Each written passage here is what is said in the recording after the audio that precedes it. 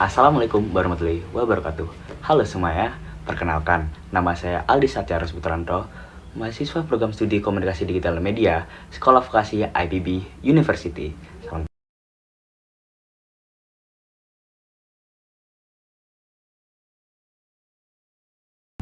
Pada kesempatan kali ini, saya ingin bercerita bagaimana komunikasi dapat menjadi sebuah jembatan untuk seseorang menjadi berprestasi.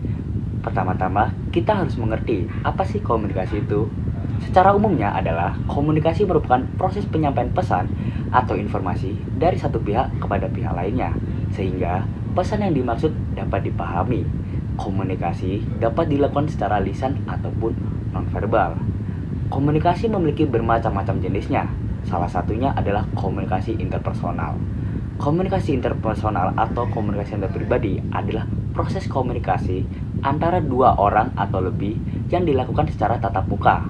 Hal ini memungkinkan komunikator menyampaikan pesan secara langsung dan komunikan menanggapinya pada saat yang bersamaan. Jenis komunikasi ini merupakan salah satu komunikasi yang efektif karena dilaksanakan secara langsung atau tatap muka, teman-teman. Saya bercerita lebih lanjut, disclaimer terlebih dahulu, saya merupakan seorang mantan atlet wushu Jawa Timur. Wushu merupakan olahraga yang berasal dari Tiongkok. Wushu mengandung seni dan juga bela diri. Bagi kalian yang kepo apa itu olahraga wushu, simak video berikut ini.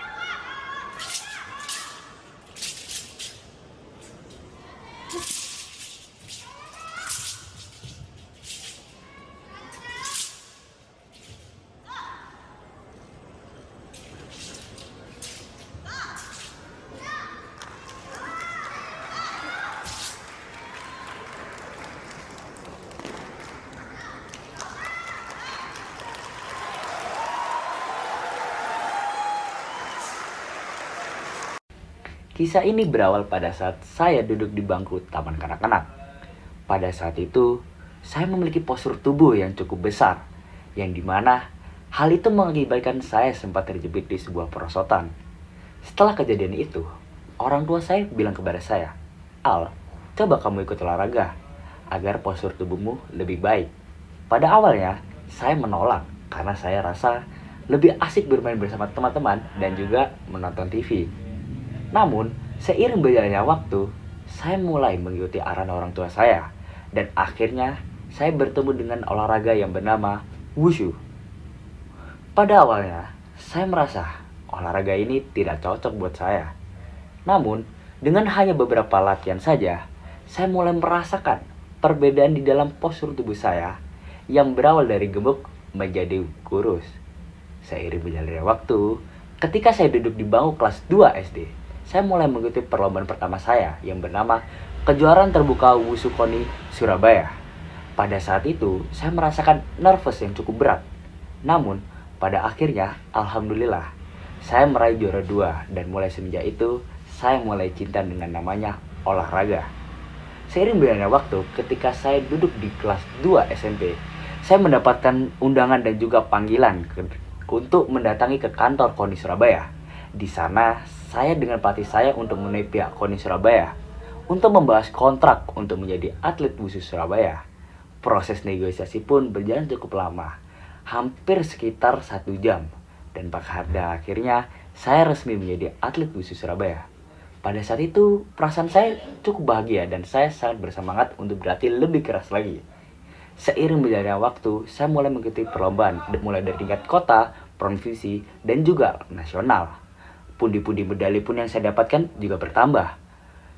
Salah satu prestasi terbaik saya adalah juara 2 pada kejuaraan nasional wusu tahun 2019 di Bangka Belitung dan juga juara 1 di kejuaraan terbuka internasional yang dilaksanakan di Bali pada tahun 2018. Namun, pada tahun 2020 awal terjadi masa pandemi COVID-19 dan juga masa lockdown. Di tahun tersebut merupakan tahun yang berat bagi atlet karena atlet dipaksa berlatih mandiri dan tidak ada lomba sama sekali. Namun, pihak KONI berhubungan baik dengan atlet wusu dengan cara meminta alamat rumah untuk pengiriman vitamin dan juga peralatan agar mencegah terkenanya virus COVID-19. Ketika sudah berjalan dengan normal, saya mendapatkan telepon undangan dari pihak KONI Surabaya untuk mengikuti seleksi atlet wusu Jawa Timur. Hasil pengumumannya pun telah tiba dan alhamdulillah saya terpilih menjadi atlet wusu tahun Jawa Timur di tahun 2021. Pada saat itu, saya mulai sering tampil di kejuaraan nasional dan pundi-pundi medali pun makin banyak. Pada tahun 2020, saya mendapatkan prestasi terbaik saya, yang dimana saya menjadi juara 1 di kejuaraan nasional.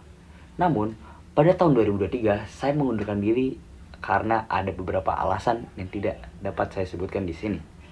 Dari kisah saya tadi, ada contoh komunikasi interpersonal yang terjadi. Di antaranya, yang pertama, ketika orang tua saya mengatakan untuk mencoba olahraga agar postur tubuh saya lebih bagus. Yang kedua, ketika negosiasi kontrak. Ketiga, ketika saya berlatih wusu. Dan yang terakhir, ketika saya mengikuti perlombaan wusu.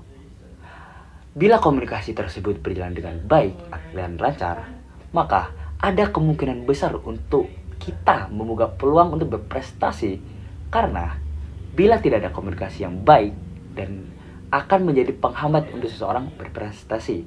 Sebagai contoh, bila pelatih tidak mengajukan rekomendasi pada pihak pemerintah, tidak akan ada anak tersebut menjadi seorang atlet.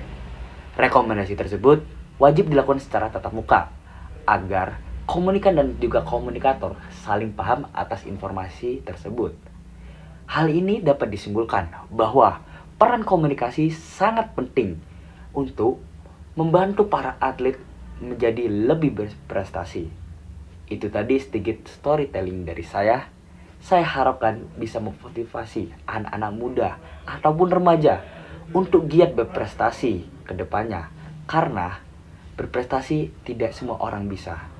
Kita harus bisa memaksa diri kita untuk menggali potensi-potensi yang ada agar bisa menjadi sebuah kenangan ataupun bisa membanggakan provinsi ataupun negara. Itu dia cerita saya, kurang lebihnya mohon maaf. Wassalamualaikum warahmatullahi wabarakatuh. Saya pamit undur diri, sampai jumpa besok.